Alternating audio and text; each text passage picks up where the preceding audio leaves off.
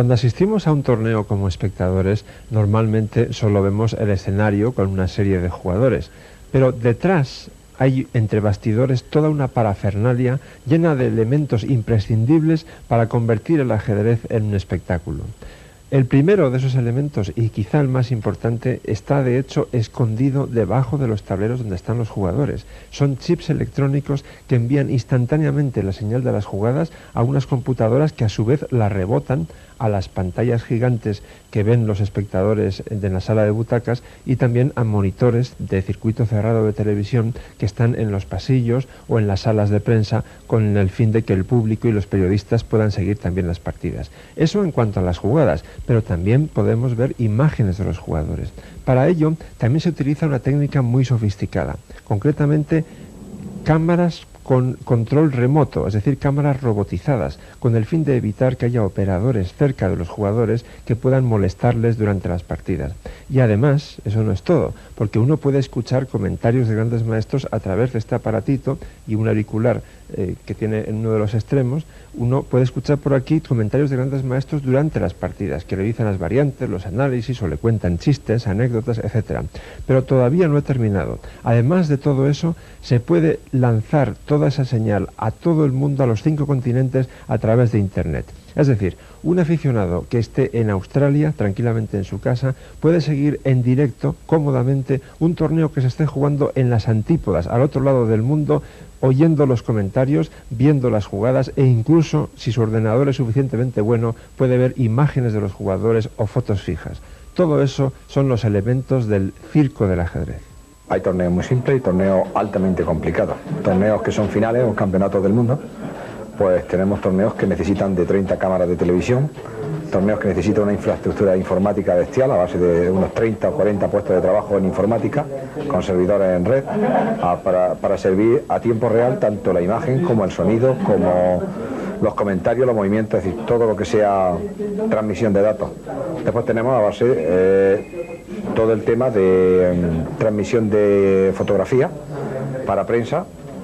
Aparte tienes también todo el tema de transmisión de imágenes de circuito cerrado para prensa y demás complejos.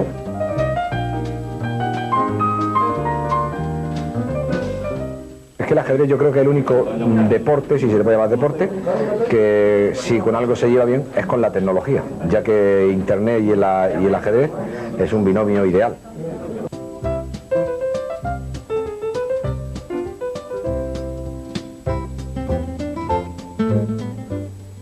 El de la pieza indefensa no solamente es uno de los temas tácticos más importantes en el ajedrez, sino que constituyen una especie de permanente estado de alarma, una actitud constante que ustedes deben mantener durante las partidas. A la hora de hacer la próxima jugada, lo primero que se debe hacer es valorar la posición, ver qué elementos son importantes. Bueno, pues justo ahí es cuando creo que ustedes deben guardar siempre un pequeño hueco en su pensamiento para ver si bien su propio bando o el bando rival tiene alguna pieza indefensa, porque justo ahí puede haber un motivo de combinación. Claro que no siempre toca la lotería. Hay cantidad de casos en los que hay piezas indefensas que por razones diversas, por los elementos distintos de la posición, no sirven para una combinación. Pero no es menos cierto que muchas partidas han dejado de ganarse porque uno de los bandos no vio que una pieza indefensa le daba un motivo para una combinación brillante. Vamos a ver esta posición en la que las blancas tienen el alfil de G5 atacado por el peón de H6. Les toca mover a las blancas, evidentemente. Ese análisis que citaba antes de la posición nos indica que las negras tienen 2 piezas indefensas, el alfil de E7 y la dama de C7. Si las miramos por separado, en principio parece difícil atacar al alfil de E7 porque está guarecido por las demás piezas, aunque esté indefensa. Sin embargo, la dama de C7 sí nos da rienda suelta a la imaginación, porque de pronto podemos observar que si este rey estuviera un poco más desguarnecido, por ejemplo, si este peón no existiera y pudiéramos dar un eventual jaque con la dama en G3, entonces el rey no podría irse a la casilla H7 porque está batida por el alfil. Tendría que irse a H8. Y entonces, insisto, con la dama en G3, caballo G6 jaque nos permitiría ganar la dama en C7, que como he dicho estaba indefensa. Ahora bien, ¿cómo podemos conseguir eso? Realmente hay una forma bastante fácil. Alfil por H6. Y además, ahora resulta que el tema de la segunda pieza indefensa tiene también cierta importancia, porque ahora las negras no pueden contraatacar moviendo este caballo para que el alfil ataque a la dama, porque sencillamente seguiría dama por alfil. Por lo tanto, la jugada lógica sería G por H6, y entonces ya tenemos perfectamente lo que queríamos conseguir. Dama G3 jaque, única rey, bueno, única razonable, digamos, rey H8, caballo G6 jaque y a cualquier jugada dama por C7. Esta posición al principio parecía muy sosa, sin embargo estaba llena de riqueza.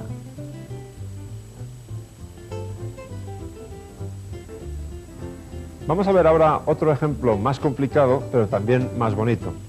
En esta posición lo primero que se aprecia es que hay igualdad de material y que las blancas sin duda alguna tienen un fuerte ataque sobre el rey negro.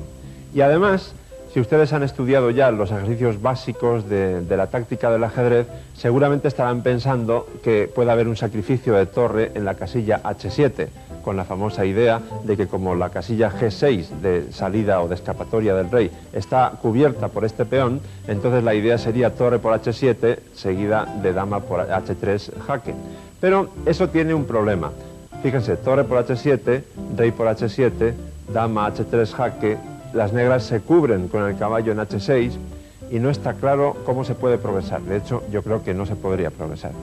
Sin embargo, al llevar la dama a H3 mentalmente, nos podemos fijar en un detalle. Esta dama está indefensa. Ninguna pieza propia la protege. Y esa dama queda en la misma diagonal que la que va a ocupar la dama en H3 si es que nos metiéramos en una combinación como esa que acabo de explicar hace un momento. Eso nos da el siguiente truco. Empezamos al revés. Empezamos con caballo G6 jaque. ¿Por qué? Donde queremos llegar es a una posición en la que F por G6 jaque nos permita ganar la dama desde H3. Y después de caballo G6 jaque, como este peón está clavado y el rey está ahogado, digámoslo así, solamente se puede replicar por parte de las negras F por G6. Y entonces sí está la posición madura para jugar torre por H7, única rey por H7. Ahora viene la lógica dama H3 jaque, única de nuevo caballo H6, y entonces todo cuadra a la perfección. F por G6 jaque, seguida de dama por D7.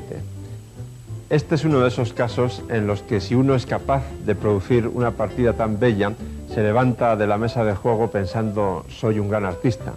Lo malo es que ese pensamiento solo suele durar hasta que a uno le dan un buen palo en la próxima partida.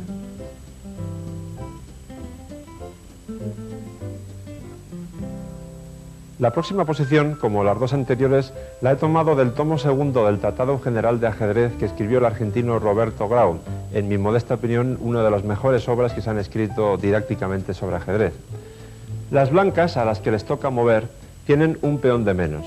Y aquí un jugador adocenado o poco ambicioso se conformaría con dar jaque continuo, es decir, hacer tablas a base de dama de 8 jaque, seguido de dama de 7 jaque, aprovechando que esta casilla está cubierta por el alfil y el rey no tiene escapatoria, es decir, sería tablas por jaque continuo. Sin embargo, un jugador ambicioso buscaría más, porque de hecho hay más. Fíjense en que la dama negra está indefensa, y eso nos permite imaginar que si este peón no estuviera en E5 y el rey estuviera, por ejemplo, en E6, un posible jaque de la dama blanca desde D8 ganaría la dama negra. Y entonces la combinación surge por sí sola. Dama D8 jaque, rey F7, E6 jaque, única respuesta porque el rey no puede elegir, rey por E6, dama E6 jaque y a la siguiente, dama por dama. En resumen, no olviden, cada vez que analicen una posición, dejen siempre un hueco, no se olviden de mirar si hay alguna pieza indefensa, porque ahí puede estar la victoria.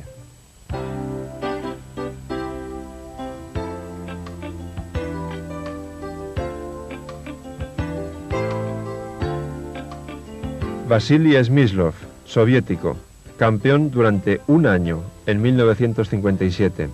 Para él, el ajedrez es, sobre todo, poesía. En el tablero es un artista. En la vida normal tiene muchos amigos y casi ningún enemigo.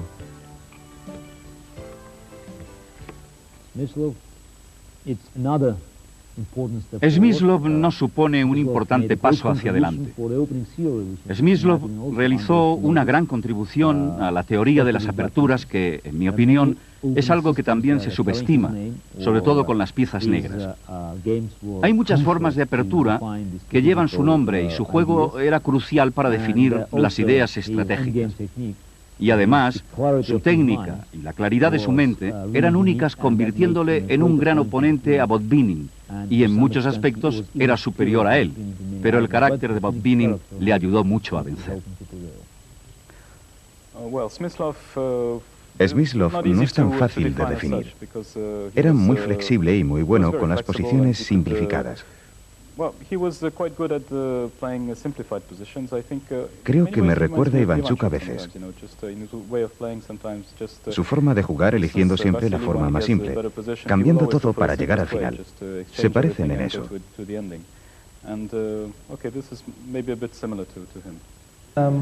Como Capablanca, un genio total. Y lo que destacaría en su caso sería la armonía. Incluso más que Capablanca, él demostró que ajedrez cuando es sencillez y es un juego de belleza. Y yo creo que muchos aficionados realmente han disfrutado mucho ver sus partidas, ver cosas tan sencillas y las piezas casi moviendo por sí mismos a sus casillas. Una armonía muy buena y bueno, lo demostró en toda su vida también. Unos finales de partida preciosos. Es fantástico. Cuando yo era joven pensaba que era muy fácil, pero ahora me he dado cuenta de que no son tan simples y de lo bueno que era.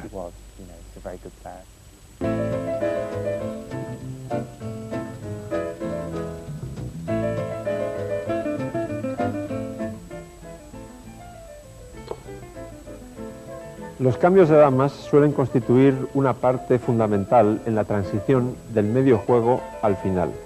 Aunque no siempre, porque ya sabemos que las normas en ajedrez tienen muchas excepciones, los cambios de damas marcan un antes y un después en el desarrollo de la partida. Al desaparecer las damas en el tablero, lógicamente disminuyen las posibilidades de ataque, las posibilidades agresivas de ambos bandos, y, en consecuencia, los reyes adquieren un papel mucho más dinámico, ya no son una pieza pasiva, sino activa. Ahora bien, el problema está en cuándo hay que cambiar las damas. Para eso hay que estudiar bastante y sobre todo lo fundamental es la experiencia, hasta el punto de que incluso los campeones del mundo suelen equivocarse a veces en este asunto de cuándo hay que cambiar las damas. He aquí un ejemplo bien significativo. Corresponde a una de las muchas partidas que jugaron Alyoshin, también conocido como Alekhine, y Euwe por el Campeonato del Mundo. Las negras tienen sin duda una posición más que defendible, aunque su rey está en una situación delicada, porque el eventual jaque de la dama en F6 pues parece peligroso. Pero hay que tener en cuenta que el rey blanco tampoco es ninguna maravilla, esta torre está en una diagonal completamente abierta, ambas torres blancas no están conectadas. En resumen, le tocaba jugar al holandés Max Euwe, que tenía las piezas negras. Y aquí, según los comentarios que hace Alyoshin de la partida, dice que Euwe se equivocó, que lo correcto era mantener el ataque con dama C2, a pesar de que las blancas hubieran seguido evidentemente con dama F6 jaque, torre G7, etc. Pero Alyoshin considera que después de dama C2, las complicaciones enormes que se producen son la mejor posibilidad de la que disponían las negras, y que en cualquier caso, con independencia del resultado de la partida, dama C2 era sin duda mucho mejor que dama E4, proponiendo el cambio de damas, que es lo que eligió el holandés. Alyoshin cambió las damas y a continuación jugó alfil H4. En sus comentarios, Alyoshin dice que esta es probablemente la jugada que Euwe no consideró. Seguramente EV estaba esperando que en lugar del alfil H4 las blancas jugasen en roque largo directamente, y la idea entonces era sacrificar la calidad, torre por G3 seguido de caballo por E5, y las negras consiguen una compensación bastante considerable a cambio del material sacrificado. Pero alfil H4 intermedia es muy fuerte. Para empezar, controla el dominio de la columna, controla la casilla D8, y después también amenaza con ir a F6, que es una casilla sin duda muy importante para proteger el peón, para atacar al rey, etc. De modo que EV optó por darle una casilla de escape al rey, como no podía ser de otra manera. Y ahora sí, Aliógin se enroca en largo, con la evidente idea de penetrar en la séptima fila con la torre.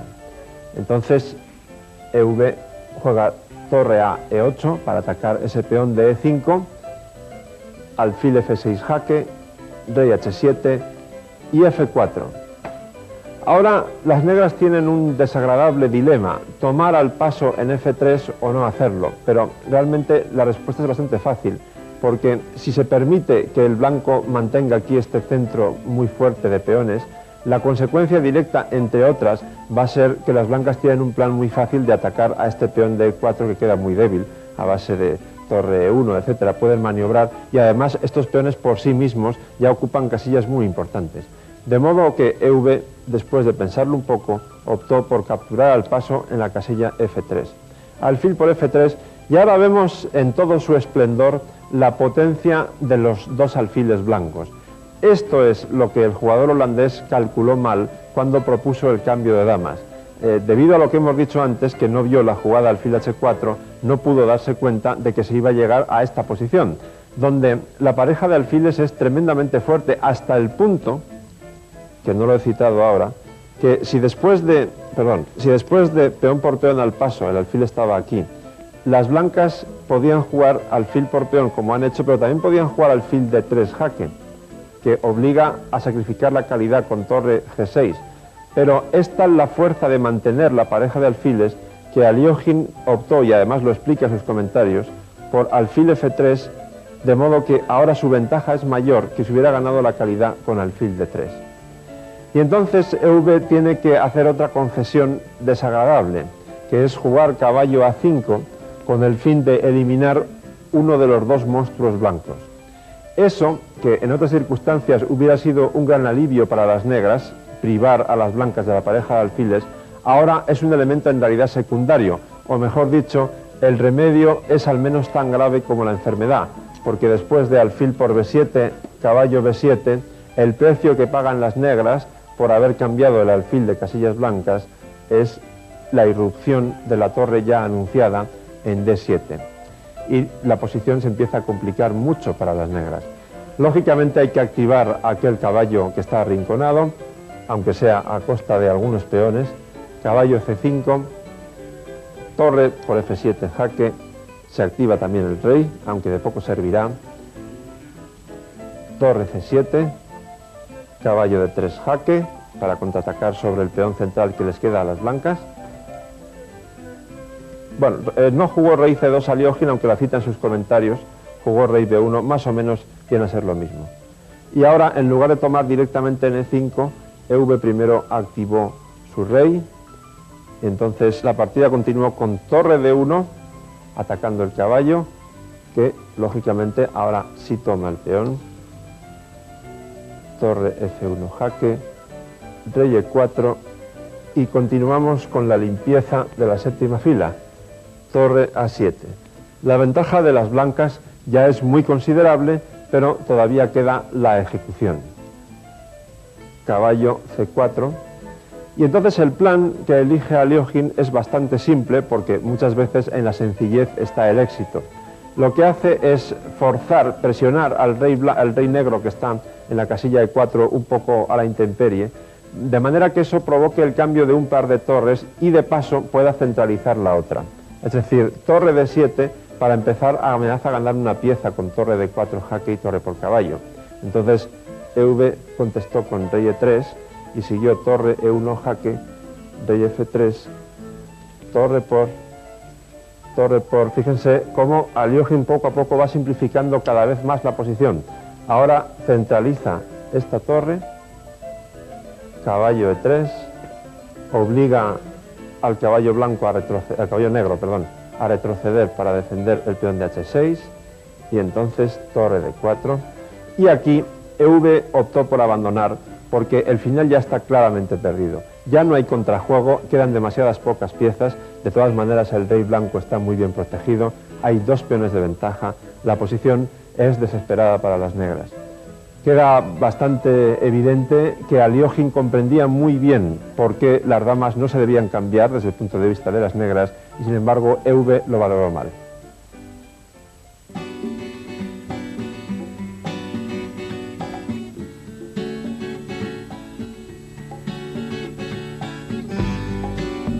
Esto que estoy haciendo, ustedes no deben hacerlo nunca, porque el consumo de alcohol para una partida de ajedrez está totalmente contraindicado. Dicho eso, déjenme que les explique por qué hemos puesto aquí una botella de ron cubano. Hace muchos años tuve el enorme placer de entrevistar por primera vez al inolvidable campeón del mundo Mikhail Tal. Él me preguntó dónde se iba a publicar nuestra conversación. Yo le dije que en la revista cubana Radio Rebelde, y su reacción fue muy curiosa. Dijo, ah sí, Cuba, 1963, tengo muy buenos recuerdos. La gente fue muy cordial conmigo, me trataron muy bien, el torneo era realmente fantástico, pero lo más inolvidable para mí es lo buenísimo que estaba el ron cubano. La partida que voy a comentar pertenece a aquel torneo, La Habana 1963. Mikhail Tal juega con las piezas blancas contra Letelier, y la hemos seleccionado porque resulta muy significativa del estilo peculiar, inigualable diría yo, de Mikhail Tal. Imaginación desbordante, combinaciones preciosas y de pronto, ¡zas!, en medio de una gran combinación, una jugada tranquila que rompe completamente el ritmo. La verdad es que Mikhail Tal conseguía que el tablero ardiera desde las primeras jugadas. Normalmente las primeras jugadas de una partida nos resultan un poco aburridas porque suelen ser repetitivas y no aportan nada nuevo casi nunca. Sin embargo, con Mikhail Tal la cosa cambia mucho, como vamos a comprobar a continuación. Tal, como he dicho, tenía las blancas, E4, Letelier con negras, entra en la apertura española, pero en una variante bastante distinta de las normales. Concretamente, después de D6 y C3, las negras juegan alfil D7. Como seguramente ya conocen, lo normal para las negras suele ser jugar B5 y luego desarrollar ese alfil por B7. Después de alfil D7, Tal lógicamente ocupó el centro con D4. Caballo G, E7, aquí hay otra diferencia clara. También recordarán que normalmente en la apertura española este caballo suele ir a F6 y no a E7. Una vez que las piezas negras enfocan todas las desarrolladas hacia C6, no tiene sentido mantener el alfil que ahora está en A4 en esa casilla, por lo tanto, alfil B3 cambia de diagonal y apunta hacia el punto débil F7. Como además eso amenaza caballo G5, las negras tienen que hacer H6.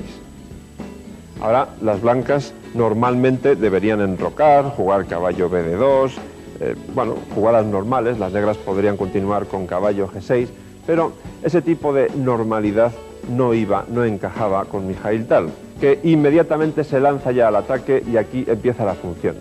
Caballo H4 indicando con claridad que quiere atacar en el flanco de rey. Y las negras cometen un error que es lo que nos permite ahora disfrutar de una partida bellísima.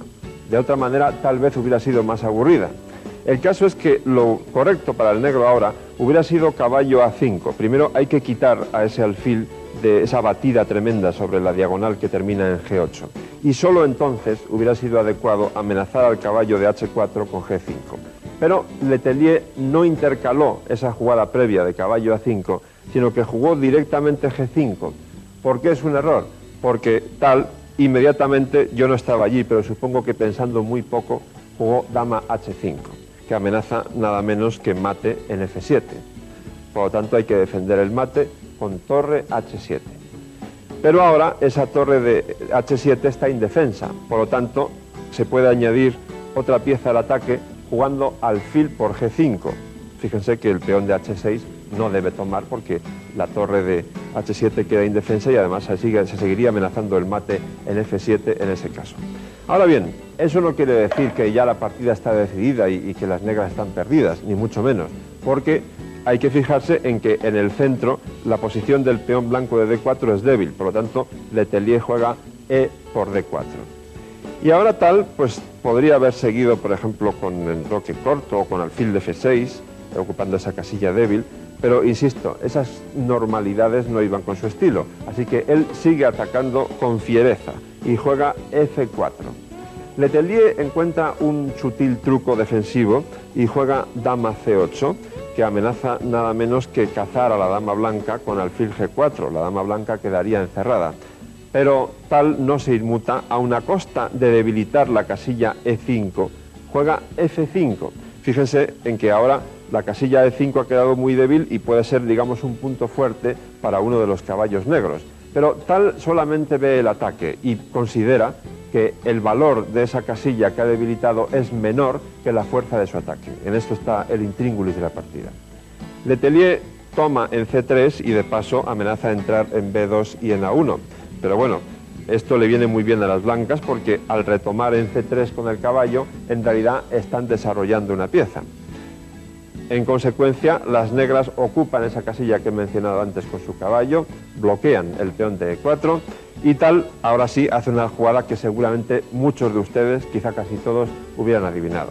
Alfil F6, ocupando claramente una casilla débil y amenazando a ese bloqueador de E5, que es la pieza más activa que tienen las negras.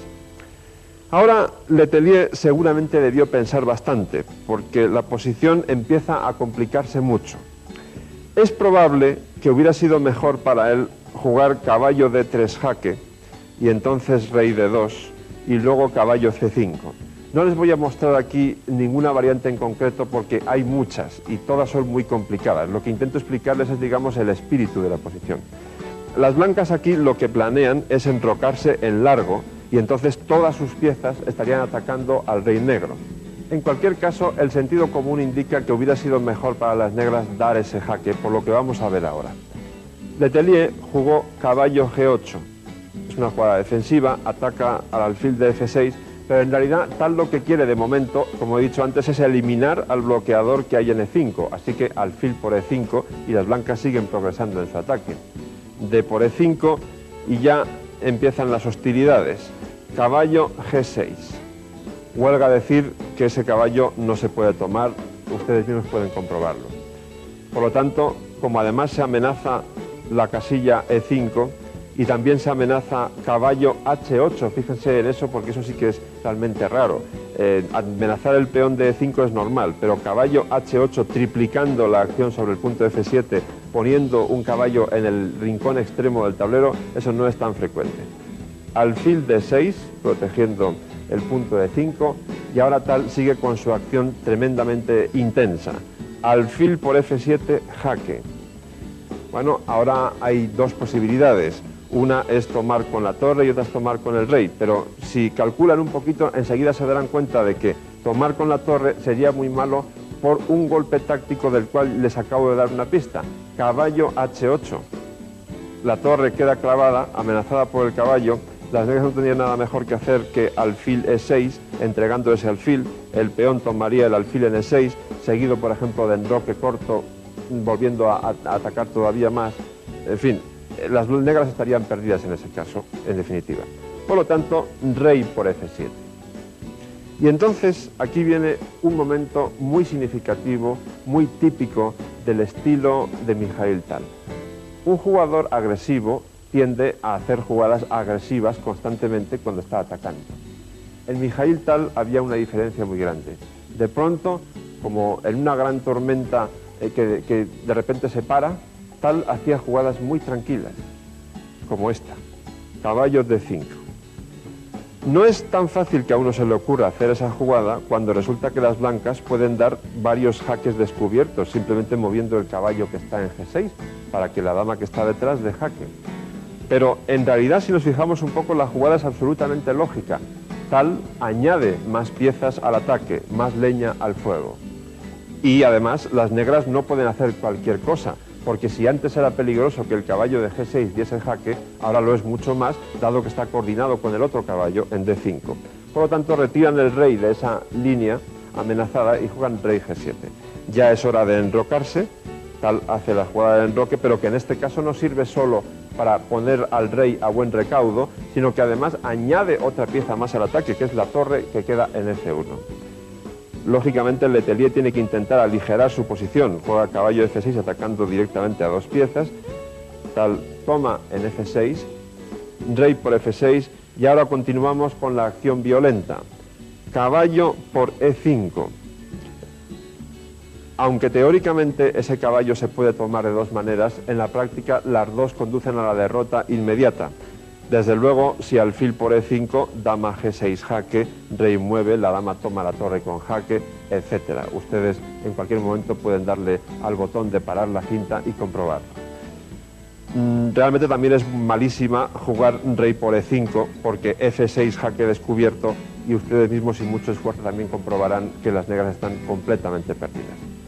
Sin embargo, Letelier no encuentra la mejor jugada, y yo le entiendo, porque creo que yo tampoco la hubiera encontrado. En esta posición, la mano se va hacia sacar a la dama negra de ese rincón donde está en C8, donde no hace nada, y llevarla hacia la defensa, que contribuya a la defensa. Pero esa no era la mejor jugada. Los análisis realizados después de la partida demostraron que lo correcto era alfil E8, y no está nada claro que las negras tengan que perder. Ahora bien, pónganse por un momento en la situación de aquella partida. La Habana, 1963, en la tensión del torneo, tienen ustedes enfrente a una fiera, en el mejor sentido de la palabra, como Mikhail Tal, atacándole sin cesar. No es tan sencillo, con el reloj en marcha, encontrar jugadas como alfil E8 cuando el sentido común dice que la mejor debe ser dama E8. Tal juega caballo por D7, no solo para eliminar ese alfil, sino para liberar la casilla E5, que va a ser fundamental, con el fin de abrir otras columnas sobre el rey negro. Torre D7, E5 jaque. Es importante abrir más columnas, más líneas de acción contra el rey que se está defendiendo. Alfil por E5, no hace falta que les diga que rey por E5 sería terrible. Dama por H6 jaque, rey F7 y torre a E1. Como les he explicado antes, era fundamental añadir más leña al fuego y ahora lo que Mikhail Tal consigue es que la única pieza que todavía no estaba atacando al rey negro se incorpore a esa acción ofensiva.